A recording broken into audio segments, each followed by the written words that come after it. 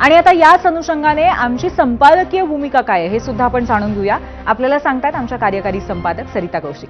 सरिता. धन्यवाद पूर्वी. 1995 पासून महाराष्ट्रात युती आघाड्यांचं सरकार येणं सुरू झालं. कधी प्री पोल म्हणजे निवडणुकी आधी, तर कधी पोस्ट पोल म्हणजे निवडणुकीनंतर पक्ष एकत्र येणं सुरू झालं. छोटा भाऊ मोठा भाऊ, जागा वाटप, मंत्रिपदांची विभागणी असे वादविवाद होत राहिले.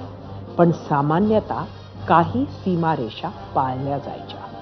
उदाहरणादाखल सहसा ज्या पक्षाचे जास्त आमदार त्याचा मुख्यमंत्री हा अलिखित नियम बनला, ज्याला 2004 आणि 2022 हे 2 अपवाद म्हणता येतील.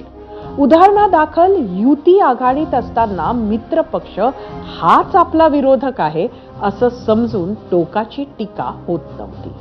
पृथ्वीराज चव्हाणांबद्दल शरद पवारांचे हाताला लकवा वगैरे वक्तव्य यायचे, पण ते तेव्हाही अपवादच होते. आज मात्र सगळंच टोकाला गेलंय.